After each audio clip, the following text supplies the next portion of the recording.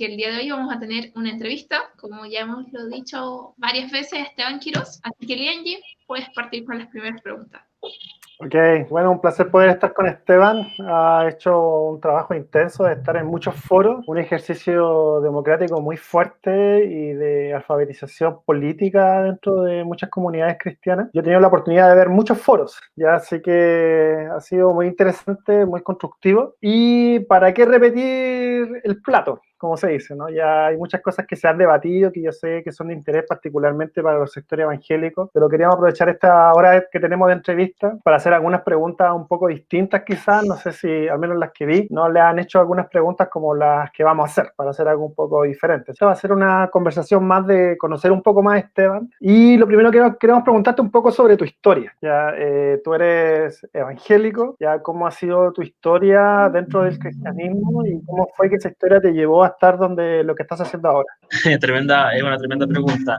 Claro, A ver, resúmela. bueno, yo soy nacido y criado en el Evangelio, evidentemente, de familia metodista pentecostal, tradicional aquí en Maipú, o sea, Maipú donde yo me crié. Evidentemente tuve ir a la escuela dominical, ir a las actividades de la iglesia, a los coros, etcétera, y tuve mi conversión como lo que nosotros solemos decir, ¿no? Encuentro personal con Cristo, en la adolescencia, como a los 15, 16 años, en el momento en el que me comprometí al 100% con el Evangelio, en mi contexto, digamos, entendiendo el Evangelio como me lo explicaban en la iglesia, como me lo habían explicado mis padres, donde rápidamente me comprometí a todas las actividades, lo que es la escuela dominical, lo que es la predicación, el punto, el evangelismo, el aprendizaje de la Biblia, etcétera, todas esas cosas. Y bueno, en mi iglesia tuve un fuerte crecimiento a nivel como de el joven que se hacía responsable de ser ayudante, digamos, de ser nombrado al estudio bíblico, donde me transformé en profesor de escuela dominical y todo ese asunto. Y así fui creciendo, fui creciendo. Después cuando ya llegó un momento en que decidí estudiar la Biblia de una manera más intensa, de una manera personal, por cierto, o sea, a ver, no formal, sino que leer la Biblia todos los días, una hora. Eso fue como una segunda conversión para mí, porque leyendo la Biblia y cuestionándome mi vida, mi realidad, mi entorno y mi propia fe, me di cuenta que había muchas cosas que tenía que ajustar a la propia escritura. Y eso implicaba también mi cosmovisión de la sociedad. Entonces, si tú me preguntas qué es lo que me ha llevado hasta acá, podría decirte muchas historias, pero la historia principal fue que en mi periodo universitario yo viajaba todos los días casi una hora y media, ida y vuelta, así es que no, 2 horas, a la universidad en metro. Entonces yo me iba leyendo la Biblia en el metro, ida y vuelta. Entonces me transformé en un lector apasionado de la Biblia y leyendo el Antiguo Testamento, leyendo el Nuevo, haciéndole preguntas sobre qué pasaba con el medio ambiente, qué pasaba con la política, qué pasaba con la pobreza, con el hambre, qué pasaba con la mujer, qué pasaba con muchas cosas, desarrollé convicciones que me llevaron a tener una mirada muy crítica de lo que nosotros mismos estábamos construyendo. Y de hecho, yo aquí tengo mi Biblia de cabecera, que es una Reina Valera muy tradicional, pero lo que a mí me hizo mucho reflexionar fue esto, míralo, yo tengo como estos, gracias, eh, subrayados de colores que de alguna manera representan temas que me hicieron cambiar de parecer respecto a muchas cosas. Por ejemplo, el color verde es el más importante, porque aquí yo veía las cuestiones relacionadas con la justicia del derecho, digamos. Por ejemplo, mira, aquí yo lo abrí como al azar y tengo verde. Ay, perdón. Entonces aquí, por ejemplo, esto es Salmos 35, 14. Entonces dice el 16. Mejor es lo poco del justo que las riquezas de muchos pecadores, porque los brazos de los impíos serán quebrados, más el que sostiene a los justos es Jehová. No sé si me explico, o sea, como que yo fui sistematizando personalmente la Biblia y eso me hizo preguntarme sobre cómo nosotros estábamos entendiendo la vida política. Y a partir de ahí yo en un momento lo empecé a decir, lo empecé a expresar, por ejemplo, en mis redes sociales, en mis predicaciones, y eso llevó a que gente dijera, yo también pienso lo mismo que tú, o me interesa mucho esa visión, y otra que me dijera, eres un hereje, estás perdido, has traicionado todo aquello, toda tu identidad. Y esa tensión, digamos, es la que se ha proyectado hasta el día de hoy con lo que fue después el nacimiento del otro Canuto, porque mi Facebook en un momento se transformó en una especie de campo de batalla, que había gente que me apoyaba, gente que por otro lado me perseguía, y mi Facebook ya no era un Facebook de una persona normal, era el de un, no sé de qué era. Entonces alguien me dijo, mi polola en ese entonces, ahora esposa, me dijo, muchas veces, ¿por qué? O la cortas con eso para que no sigas pasándolo tan mal y puedas subir una foto así como una selfie tranquilo en tu casa, o hazte una página, como que trata de separar esto, ¿no? Y así nació el otro Canuto.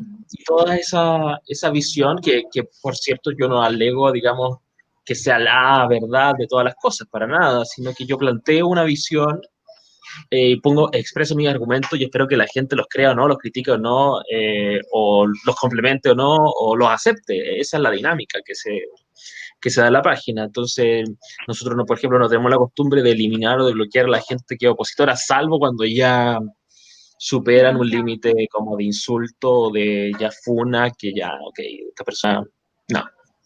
Pero esa es la dinámica de un blog, ¿no? Y bueno, entre medio de eso nos pilló el estallido social. Nosotros veníamos hablando de los temas relacionados con el estallido social mucho antes del estallido. Entonces, claro, llegó el estallido y nosotros participamos de él con una visión, y después llegó la salida constitucional.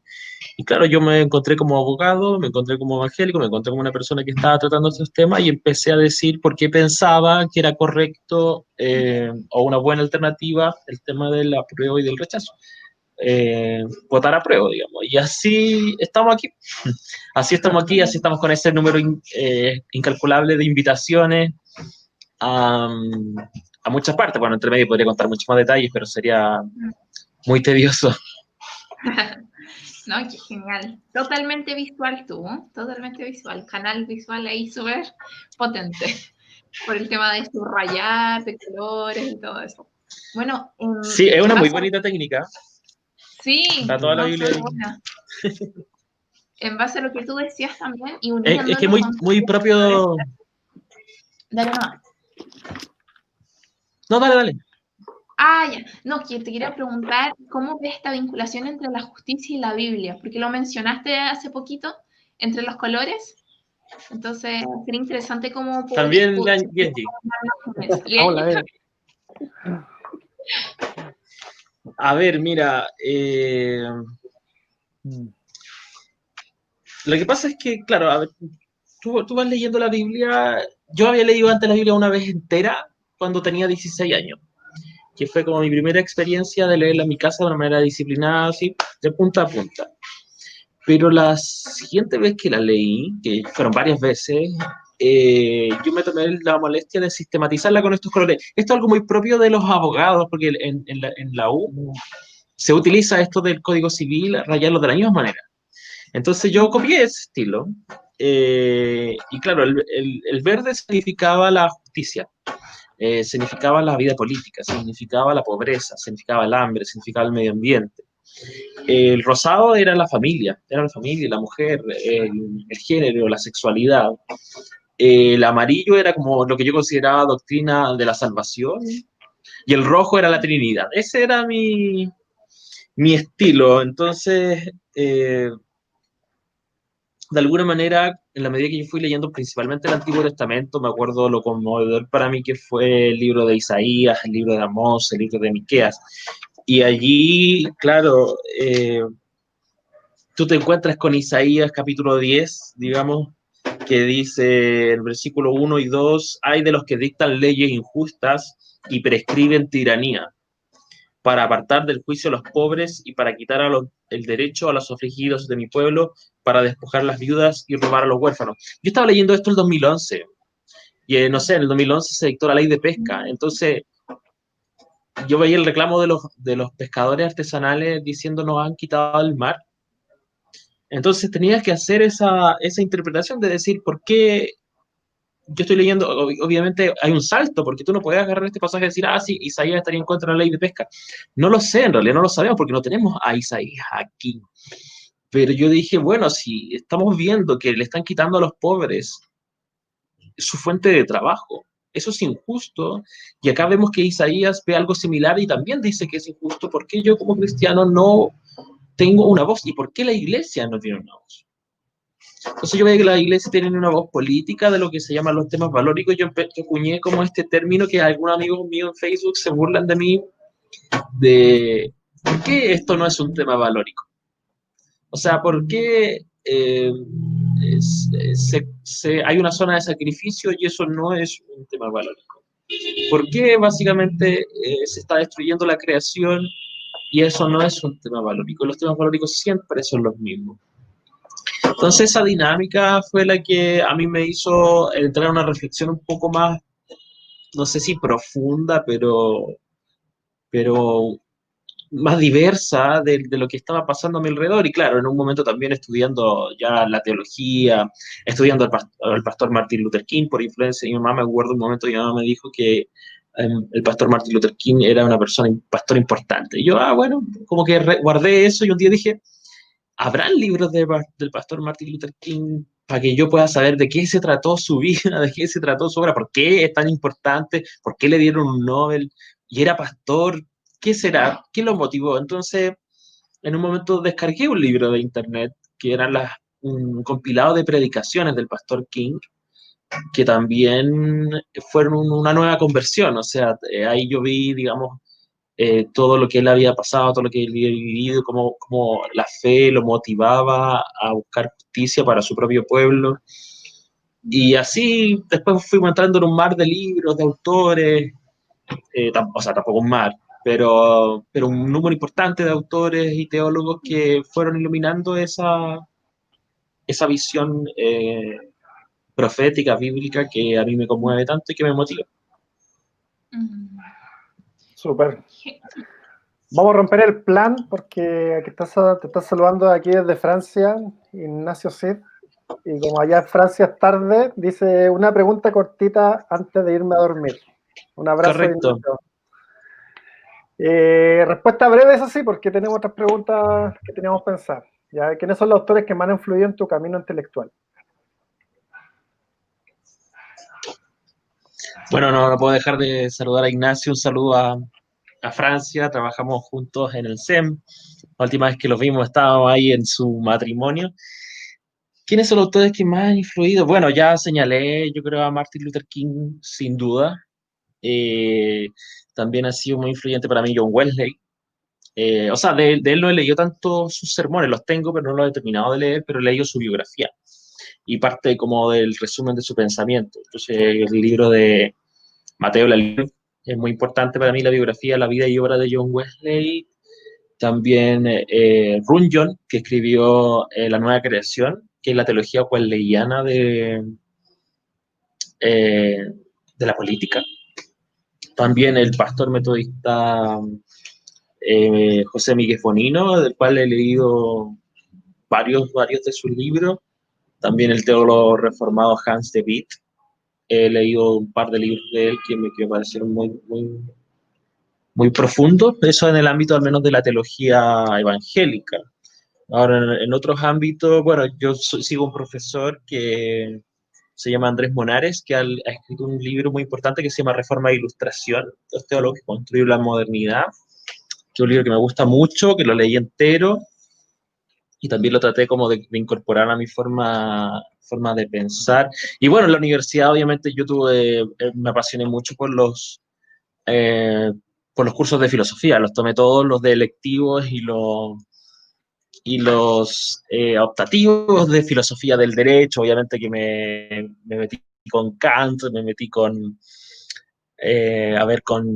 Locke, me metí con Rousseau, me metí con, no sé, Dworkin, Hart, Kelsen, En fin, podríamos hablar a Hobbes, también los leía todos ellos por mi formación jurídica y también me gustaron mucho, me gustó mucho Descartes, hablando de Francia, pero básicamente ellos son autores muy disímiles, o sea, están en competencia entre ellos, de Claro. alguna manera me gustó mucho eso. También un libro que me influenció bastante fue el de Umberto Giannini, La breve historia de la filosofía, que me abrió un espectro de diversos autores que fueron bien importantes. Así que, pero bueno, agradezco a Ignacio Sí, su pregunta. sí, voy a la pregunta que te iba a hacer. Solo comentar brevemente que te he escuchado a veces cuestionar un poco estas concepciones actuales de apologética. Entonces sería interesante quizás más adelante con todas esas lecturas que dices, tener espacios de conversación sobre ese tema. ¿Ya? Pero te quiero hacer una pregunta más enfocada con lo que estamos diciendo. Mira, si tuvieras enfrente a alguien no cristiano que está luchando por derechos sociales en Chile o en cualquier lado de Latinoamérica, que hay gente de Latinoamérica que también sigue nuestra red, que está decepcionado de la religión, pero con un hambre espiritual, ¿tú qué le dirías? Buena pregunta. Mira, esta pregunta la he podido desarrollar harto por toda la experiencia de evangelismo persona a persona que tuve en la Plaza Maipú por muchos años. Todos los sábados yo estaba ahí en la Plaza Maipú, así de la manera del proselitismo más evidente, así como, hola, ¿estás aquí? ¿O qué opinas tú acerca de Jesús? Y como hablando con gente.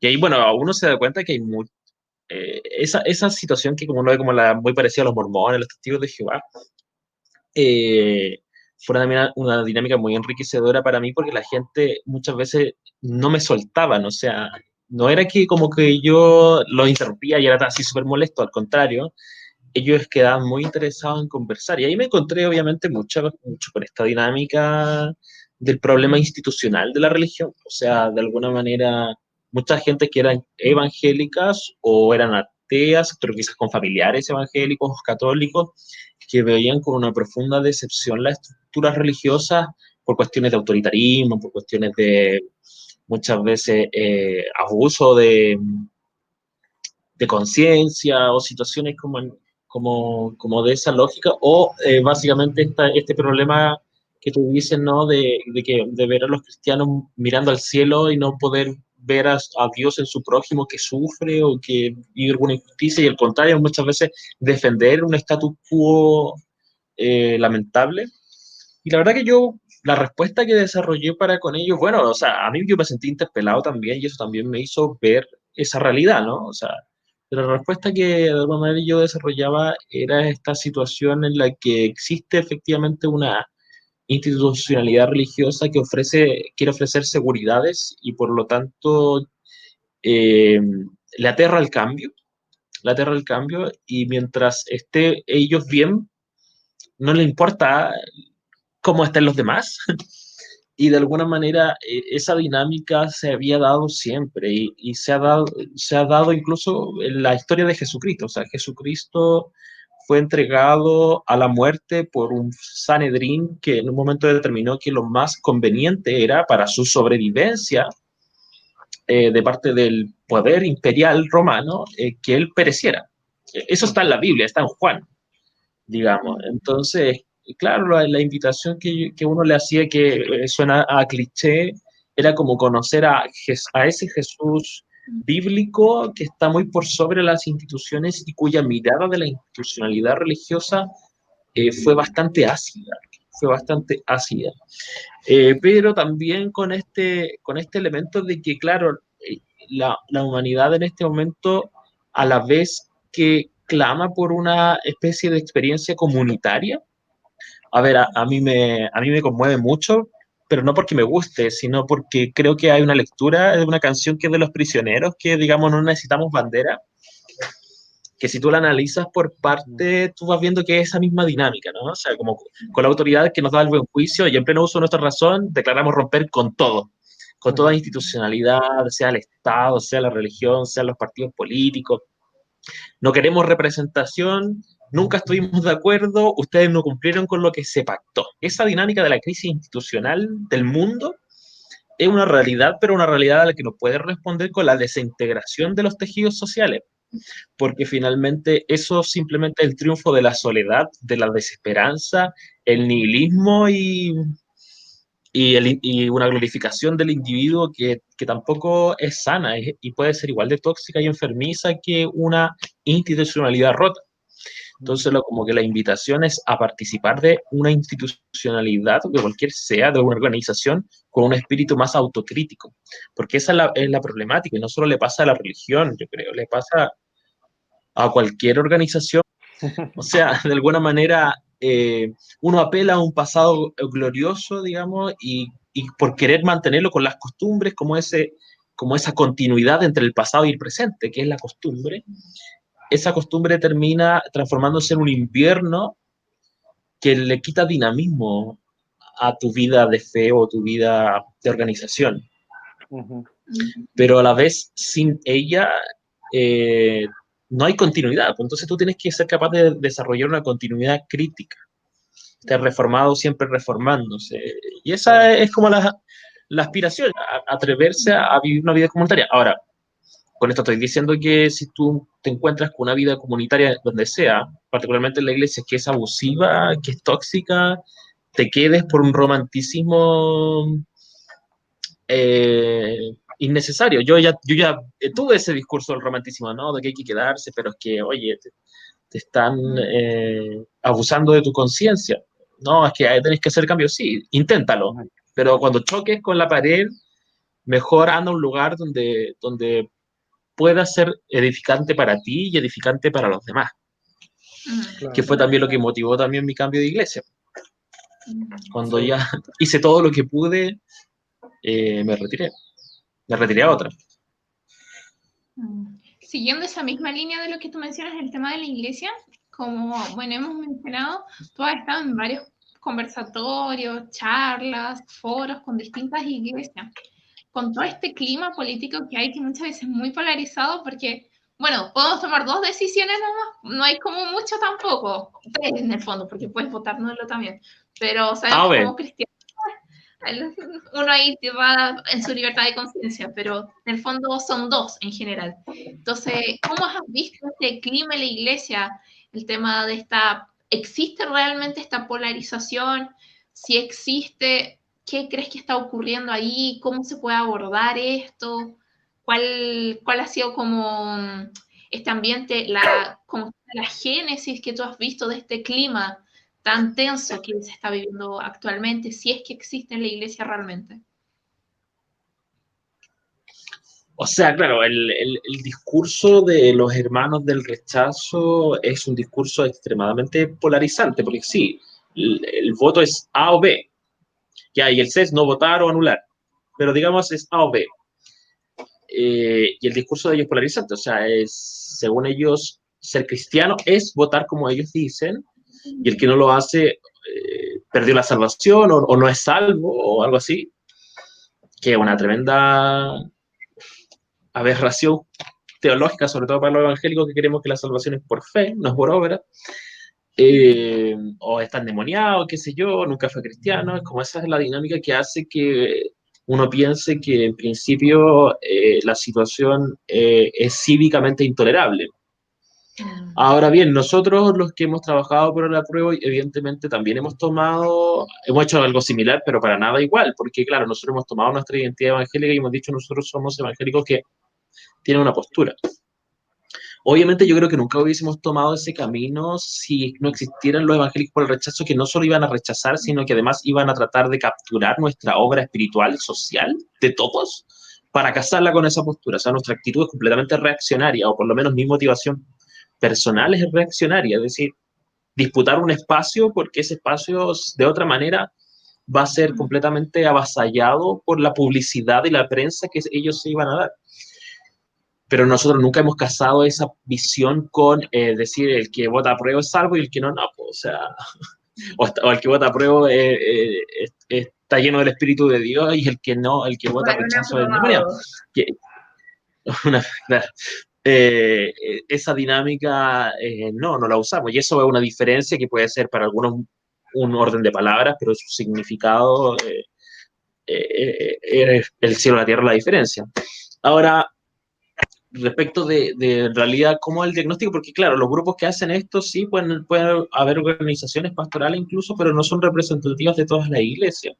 Entonces, este dato, este antecedente de que me han invitado a mí a debates con gente del rechazo, o me invitan a mí un día y al otro día, o el día antes o el día después, invitan a alguien del rechazo para que ambos presenten su visión, su postura, su argumento y respondan dudas, es un ejercicio cívico tremendamente valorable y tremendamente sorpresivo. O sea, bueno, la implicancia constitucional no es una elección ordinaria, naturalmente, pero de alguna manera hay un ejercicio cívico que yo creo que es histórico.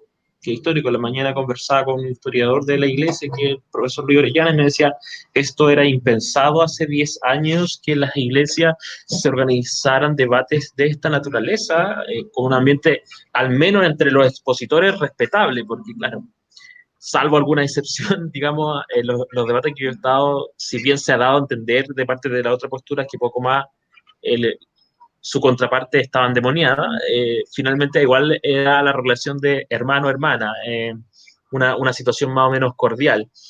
Entonces, vaya de los comentarios de la gente que de una manera completamente exagerada y abarandizada de la guatra y en el aspecto de las redes sociales que uno tiene mucha facilidad para escribirle cera en los comentarios, más allá de lo que tú eres capaz de decir cara a cara.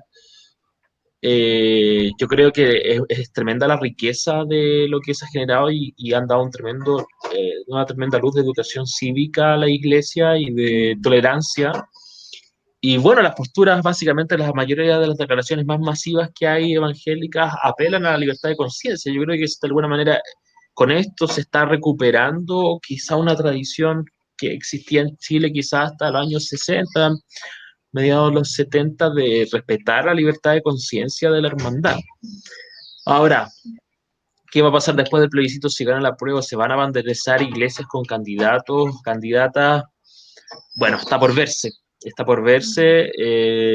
pero hasta aquí yo creo que el fenómeno de estos debates, que además la pandemia facilitó por este uso del StreamYard, del Zoom, de qué sé yo, del Google Meet, que ahora todos están expertos en el Zoom-gregarse, digamos, y puedan hacer esto, va a ser una riqueza histórica que va a quedar, yo creo, registrada en un análisis sociopolítico en el futuro. Cuando se haga como Evangélicos y Política 2020-2030, yo creo que esta parte tendrá que salir en alguna parte. Y eso de alguna manera uno lo pone contento. Claro. Y también en los medios, ¿no? Como que esta ultrapolarización que salió particularmente de los voceros de la franja del rechazo ha hecho de que se abran muchos medios en televisión abierta, donde se analiza un poco realmente cuáles son las posturas cristianas respecto a estos temas, ¿no? ¿Cómo has visto eso? Correcto, bueno, yo he tenido participé en la franja 2 veces. Yo, no obstante, pienso que la franja ha sido, hay que criticar el modelo de franja tanto para el rechazo como la prueba. Creo que no la han manejado con el espíritu de hacer un verdadero aporte a la educación cívica, y yo creo que la franja en sí hay que cuestionarla como un método político o como método ciudadano, porque no creo que esté aportando, como te digo, una buena base para la educación cívica, como hacen conversatorios como este o los debates en los que me ha tocado participar o le ha tocado participar a algunos de mis hermanos de la prueba evangélico, como la hermana Alejandra Acevedo y otros más. Entonces, claro, en la medida que nosotros respondíamos a este casamiento, a este mandamiento que se hizo mentirosamente de la iglesia evangélica con el rechazo, con la convención mixta, nos dieron mucha visibilidad, una visibilidad que nunca hubiésemos esperado. Yo estuve, no sé, 10 segundos en TVN, en la edición central, y en algún momento estuve cerca de tener un debate en vivo en, en un matinal con este hermano Kevin. Entonces, de alguna manera, claro, nos han dado alguna acogida, hemos salido en distintos medios, ¿no?, en entrevistas, cosa que nosotros no esperábamos, pero nos vimos envueltos en esta situación y estamos contentos porque de alguna manera con esto hemos logrado que descaricaturizar el mundo evangélico. Y yo con eso me siento súper pagado, como que eh, cada vez que nos preguntan podemos hacer esta aclaración, no existe la iglesia evangélica, existen las iglesias, hay iglesias que están por el apruebo, otras que están por el rechazo, y la gran mayoría dice vote con libertad de conciencia. Las iglesias no funcionan ni deben funcionar así como una especie de plataforma de campaña de la UDI o del Partido Socialista, sino que deben funcionar como lo que son iglesias, que por cierto tienen una visión del mundo, pero esa visión del mundo no se traduce en una imposición política particular para su adherente. Y Claro. básicamente cuando usted está escuchando una predicación en la calle, no debería ni tiene por qué pensar que eso es un llamado a votar por José Antonio Cast, que es algo tremendamente desesperante. Para mí esa dinámica del 2017 era desesperante, porque yo toda la vida siendo un predicador del Evangelio, un evangelista callejero, todos los sábados en la Plaza de Maipú conversando con la gente, organizando campañas evangelísticas, organizando predicaciones, puntos, y ver que tu trabajo espiritual se ha transformado en una especie de propaganda para un partido político con, no solo, o sea, además comprometido con tantos crímenes, con tanta injusticia, están vinculados a una etapa terrorista del terrorismo de Estado, digamos. Es una cosa muy dolorosa, es una cosa Claro. muy dolorosa para quien hemos creído en el Evangelio, ¿no? Sí, Interesante lo que mencionabas tú de este desarrollo de la educación cívica en la iglesia. Bueno, yo creo que no solo en la iglesia, sino a nivel general, al menos no hay educación cívica en el colegio y creo que ahora la educación ha estado en el aire, en el fondo, en la educación cívica. Con respecto a lo que tú mencionaste un poquito antes, hipotéticamente, si llegara a salir la prueba, ¿cuál crees tú que debería ser como la posición de la iglesia? ¿Qué crees que debería hacer la iglesia en ese momento? ¿Cuál va a ser el desafío? Más que lo que hay que hacer la iglesia, ¿cuál será el desafío? Si hipotéticamente sale la prueba, ¿qué es lo que dice la estadística en general?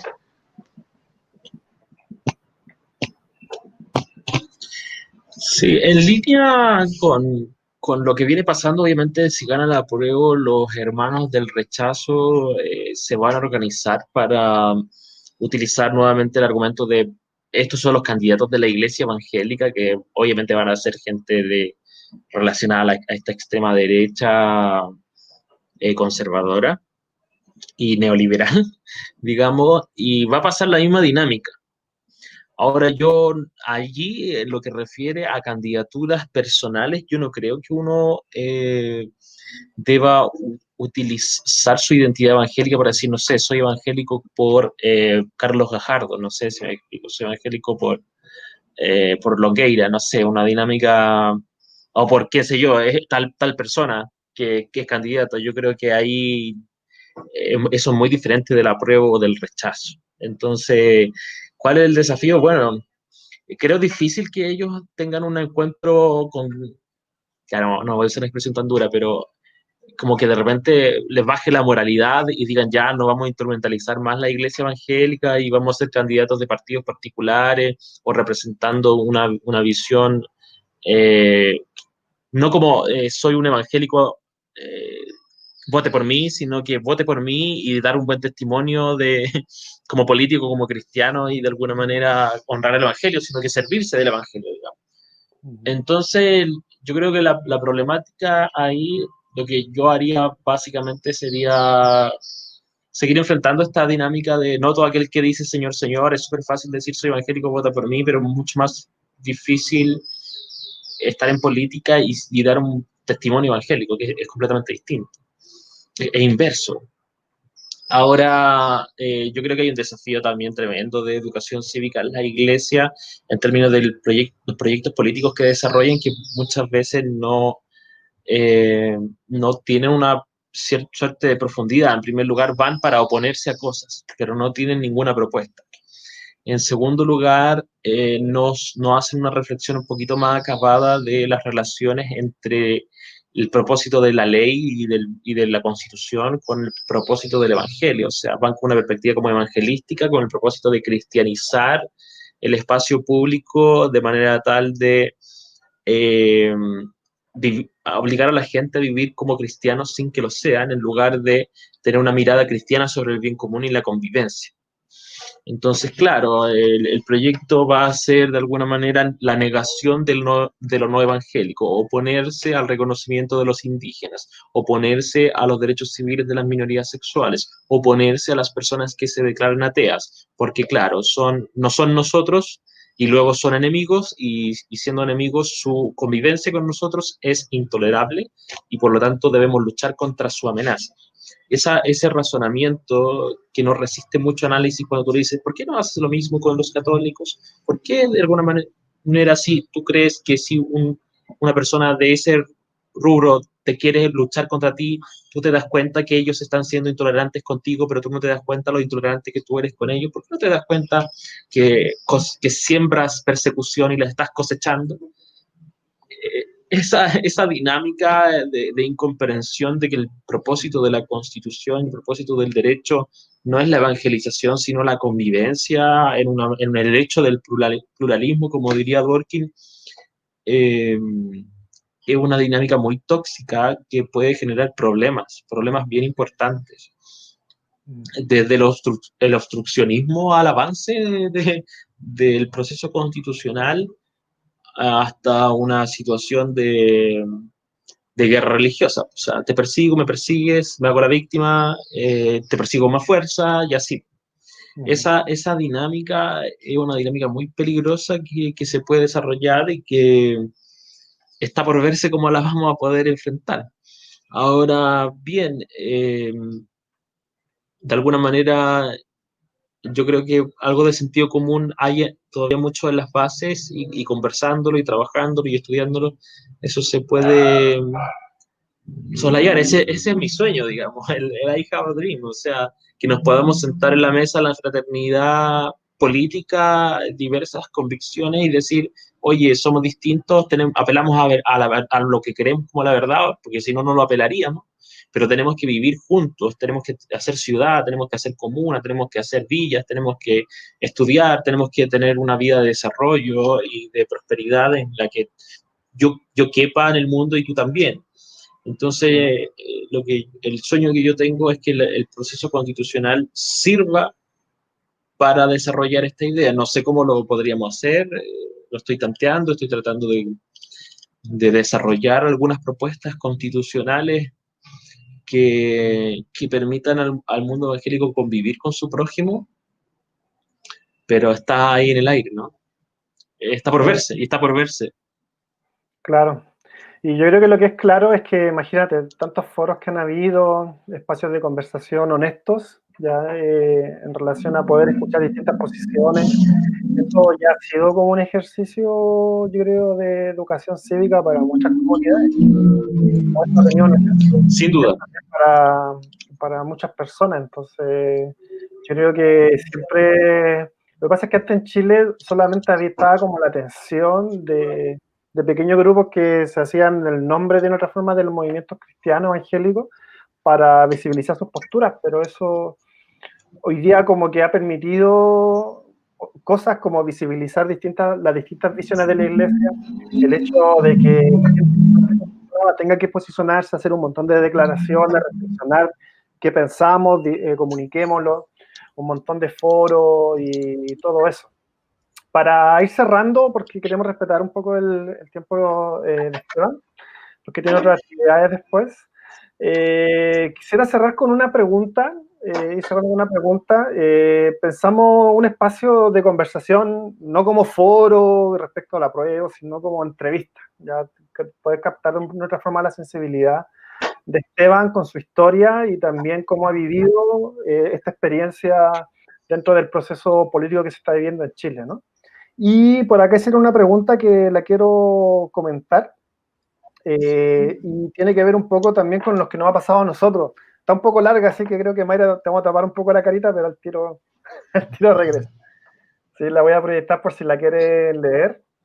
Pero contarles que nosotros como Fe y Justicia, justamente también, o sea, hemos estado haciendo reflexiones aquí en Valparaíso, sociopolítica, desde el año, no sé, me acuerdo, 2002 más o menos yo, hay gente que tiene haciendo esto de los 80. Pero desde que nació este espacio de fe justicia, la verdad es que no han tratado de todo. Y ha sido emocionalmente duro. Ha sido duro para nosotros en realidad. Y un proceso de cuestionarse si realmente esto vale la pena. Después aprender a ponerle, como se dice en Chile, pecho a las balas y entender de que son espacios necesarios para avanzar, etcétera. Pero yo me imagino, o sea, si para nosotros ha sido un poco difícil todas las descalificaciones, los prejuicios, que a veces no son todos, son pocas personas, pero afecta. No sé, veo tu muro, ya veo tu página y cómo lidias con eso. Acá pregunta un poco eso Marcela, ¿no? ¿Cómo mantienes la calma? ¿Cómo lo haces? ¿O cómo lo vives? Quizá ese tema.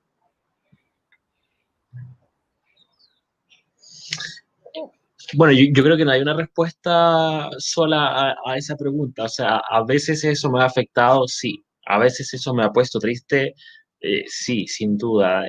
A veces eso me ha enojado, sí. A veces yo he respondido de manera enojada o de manera irónica o de manera burlesca a ese tipo de comentarios, sí, porque llega un momento en que eso te supera. O sea, no, tú no puedes aguantar eso por tanto tiempo. Cuando yo partí esto el año 2017, partí con también mucha templanza y aguanté harto tiempo hasta que ya de repente tuve que empezar a responder o tuve que empezar a bloquear o tuve que empezar a eliminar gente y tuve que crear la página para separar mi vida personal de esa dinámica. Ahora, bueno, sin querer entrar en una lógica mesiánica o súper espiritista del asunto, claro, uno igual se separa en la situación de decir, bueno, Jesús dijo, a mí me pasó, a ustedes también les va a pasar, o sea, sí, porque Jesús dijo eso, o sea, en algún momento va a haber quien cree que sirve a Dios persiguiéndote. Ya, yo no creo que la situación en la que yo esté de recibir insultos o a veces amenazas por Facebook sea semejante que te apedreen como a Esteban o como a Pablo o que te crucifiquen como a Jesús o a los apóstoles. No, no. Si bien la cuestión es de las cosas que te dicen a ti, eh, las palabras pueden ser tan hirientes como los golpes. ¿Me explico? Pero me trato de nutrir de esa confianza de que eso le pasó a Jesús, de que eso le pasó a Martin Luther King. O sea, cuando yo leía al pastor King decir, hay una predicación que él hizo, que es una predicación muy entretenida, que dice, se llama Carta del Apóstol Pablo a los evangélicos americanos, en que él, digamos, como que se hace pasar por apóstol Pablo diciendo, ¿qué diría Pablo respecto de Estados Unidos ahora mismo? Y él dice esta frase que yo la tengo muy guardada, que son dos o tres, pero una dice, tal vez os acusen de comunistas solo porque creéis en la solidaridad humana. Entonces, claro, cuando yo leí ese pasaje dije, ah, bueno, a Martin Luther King también le pasó. Bueno, de hecho a Martin Luther King le pusieron una bomba en su casa, lo acuchillaron y después lo mataron. Ya, o sea, ¿cuál es la diferencia entre yo y él? Infinita. A mí me funan por Facebook, ok. Me dicen hereje, ok. Me dicen marxista, ok, ya. Hasta ahí nomás. Pero de alguna manera igual he tenido Anatema. que hacer, ¿ah? Ese ejercicio. Anatema también. A nosotros nos han Claro, dicho no, anatema. de todo, de falso cristiano. Lo- claro, lobo disfrazado de oveja, ingenuo, a ver, de todo, hijo de la perversa y rebelde, digamos, ¿no? Así, de todo.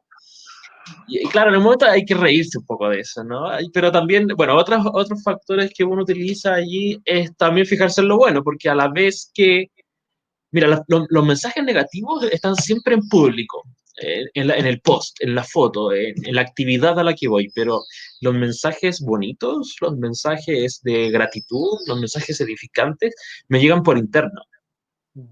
Es una diferencia muy grande entre la gente que critica y la gente que agradece, que la gente agradece no en público, pero en cambio el que critica hace una performance de su crítica. Por ejemplo, no me escriben por interno para decirme, oye, estás equivocado porque esto. No, no, no. Muy pocas veces, muy pocas veces. Entonces, eso por una parte. Ahora también, en un momento antes de la pandemia, yo todas las semanas me estaba juntando con alguien que me estaba diciendo, oye, ¿sabes qué? gracias, te quiero hacer estas preguntas, mi historia de la fe, y yo lo mandaba a alguna iglesia o los trataba de orar por ellos, entonces también está esa experiencia. Y así uno va aprendiendo, va creciendo, va mejorando, va enfocándose o desenfocándose en eso. Igual yo tenía experiencia porque yo dirigí un grupo de jóvenes en una iglesia muy tradicionalista que hacíamos obras de teatro, hacíamos música como bandas. Entonces, claro, uno se enfrentaba también a una crítica descarnada desde el tradicionalismo o desde la religiosidad que de alguna manera te pone cuero chancho. Pero eso no es sin límite. Hay que saber administrarlo, hay que saber manejarlo. Así que esa es la dinámica. Y un último elemento es la empatía, porque claro, yo veo que hay gente que me escribe cosas que alguna vez yo también hubiese pensado hace 10 años.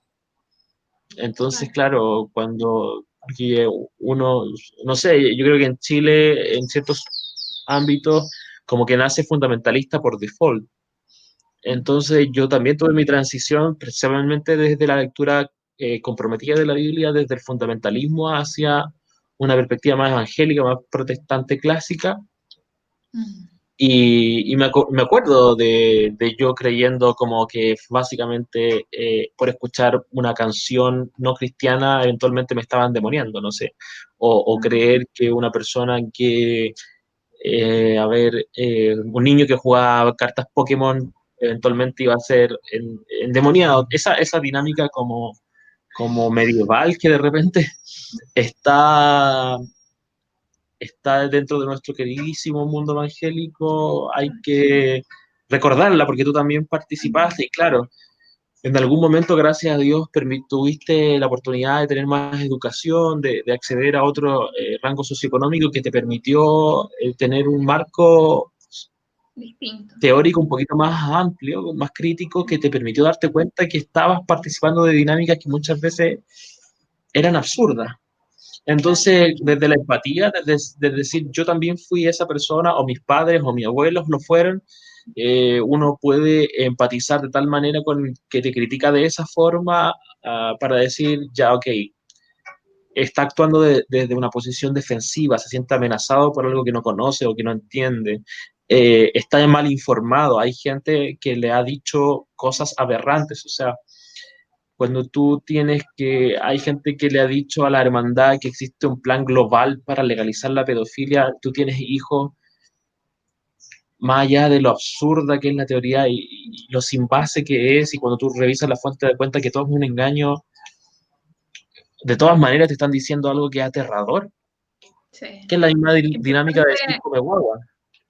En una próxima podemos analizar las fake news, porque es algo que ahora está a todo vapor en el internet, el tema de las fake news, y no revisar las fuentes en el fondo, o creer lo que dice el título nomás. Si uno lee un título, y lo comparte al grupo de WhatsApp de la hermana, de los hermanos, y así la noticia se viraliza.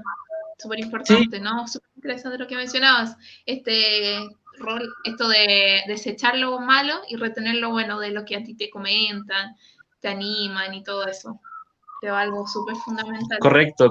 Además, sí, pues muy acostumbrado a esa dinámica de amar más la crítica que la lisonja, pero esa dinámica no sirve para siempre. Tú de repente necesitas que alguien te diga ánimo, lo estás haciendo bien, ánimo, yo creo que estás en lo correcto, o puede que estés equivocado en algún momento, que te hayas equivocado, pero veo tu intencionalidad, veo tu trabajo, veo que estás dispuesto a rectificar, etcétera, etcétera. Entonces en esa dinámica las cosas se llevan mejor. Yo creo que me sentiría peor si no estuviera haciendo lo que estoy haciendo, Claro. porque creo que es lo Bueno, correcto. sí. Así que eso, muchas gracias a todos que nos asistieron el día de hoy. No alcanzamos por tiempo a responder cada una de las preguntas. Sin embargo, hay mucho material, como mencionó Esteban, en su página, la página del Otro Canuto. Ustedes pueden accesarla por Facebook. Hay muchas live, foros, etcétera, donde pueden también encontrar más informaciones. Muchas gracias. Chao. Chicos, no sé si se quieren despedir. Muchas gracias, Esteban. Un abrazo grande. Bendiciones, Si quieres bendiciones en despedir, Esteban, Cristo. nos vamos. Que esté muy bien. Esteban, Vale, un abrazo, nos Sí, vemos. no, Nos vemos el nos vemos. viernes. Chao. chao.